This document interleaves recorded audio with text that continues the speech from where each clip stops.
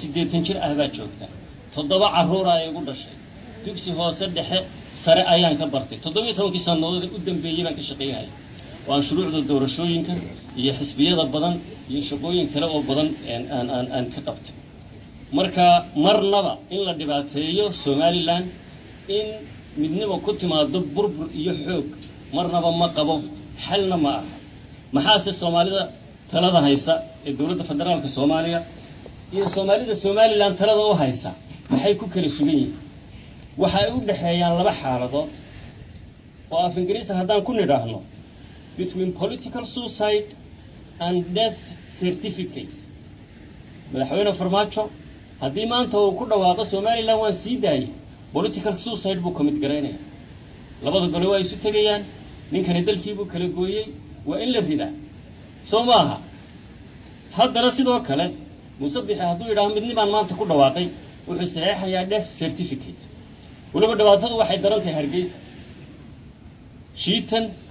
rabshad violence iyo maaragtay dagaal marka nabadgelyada yar ee lagu tabcay ee 27 sanadood la dhisayay waxa ay noqonaysaa mid gacanta ka baxda annagu taama rabno waxaanu rabnaa in aqli iyo fikir iyo process ay wada hadaladu ku bilaabmaan road map la sameeyo ka uu xalku ku yimaado road map kana la raaco dawladda federaalkana way ka go'an tahay waxna waa ka bilaabmeen madaxweyne Farmaajo waa ka go'an tahay hadii saaxiibo xildhibaan halkan ay siyaasadeynayeen wada hadalku waa bilaabmi doona ilaahay idinkiisa waa rumada dhali doona laakiin mararka qaar labadaas sanadood ee dhadhow aan joognay nimanka saaxiibadayada horta mucaaradkii reer Somaliland waa idin warramayay mobayna nasinin fursad barnaamij siinin muxuu ahaa waxa muxuu oran jiray kullama kharajtu an musibatin dakhaltu asharra minha war walba wax lagu jirnaa crisis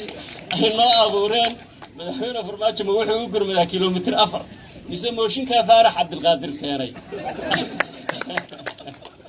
ayuu ka jawaabay oo mise wada hadalada Somaliland buu bilaabay marka arrimahaasina waa haystaan iyo duruufta siyaasadeed ee noo gaarkii ta ogaada mid kalena waan doonayaa inaan idin sheego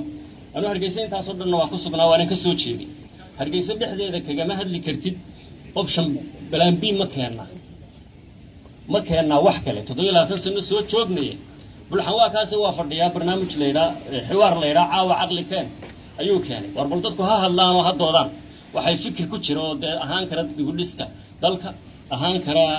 gobolka ahaan kara yaani hal la doodo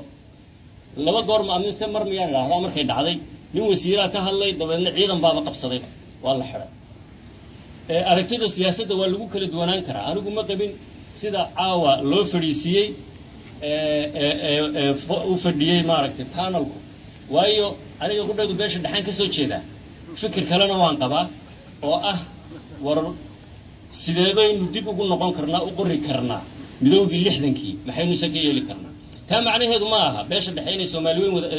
ay Soomaaliland wada aaminsan tahay macnaheeduna ma aha beelaha darafyadu inay Soomaaliyeed wada aaminsan yihiin dad badan oo beelaha darafyada ah ama awdal ka soo jeeda ama Soomaaliya sanaag bari ayaa maamulka Somaliland kamid ah fikir ahaan ku qanacsan Somaliland inay go'do marka ayaynan u arkin wax beesha dhaxay u gaar ah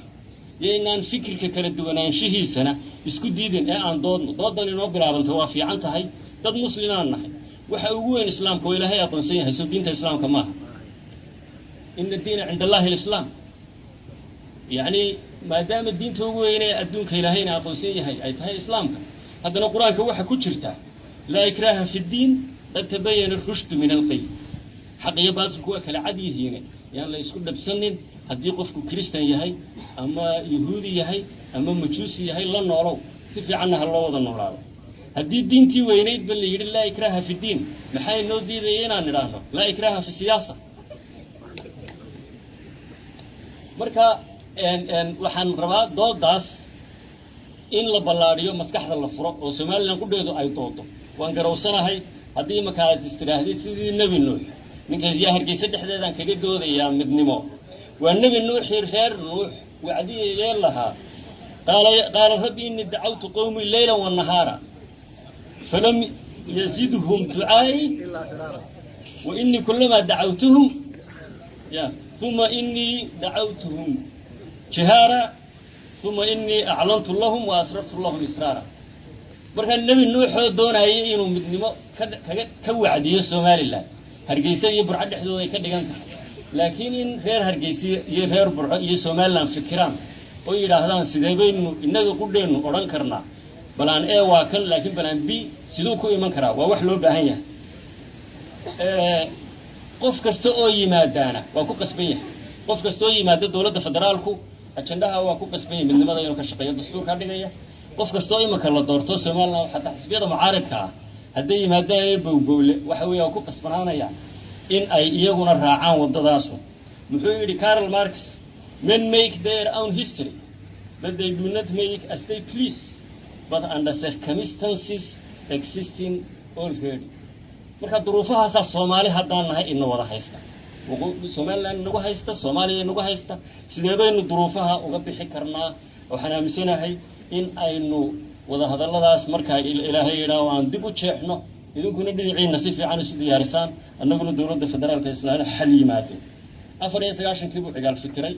أنا وحنا مسنا هم فكر صوماليات أو سياسي أو صومالودن سياسي لمده هدو جرينا ويري هاي أنا وسأنا ملاينا يا فلسفر إنه أهاولي بقى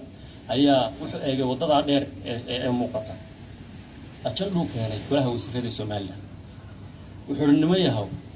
إنه ما أنت صومالي هل كاسي مرة يساعي إنه علنكي يا عاصمة دي يا مدحتوية دي يا قرمدي مدوية هرجيسة كامل وبسيشن كيوبوينا أو سودان اللي قيل يفعلون سكولها الحديثة كذا وحقيقة نبأ هو دتك تشوفي كور رميان مدحونا فرمات شوي كب أنت هاي وده هذا اللذو ونددالينا وندبو بلابنا هدو إلى هاي هذا حديث أين بلابين يان ولا لهن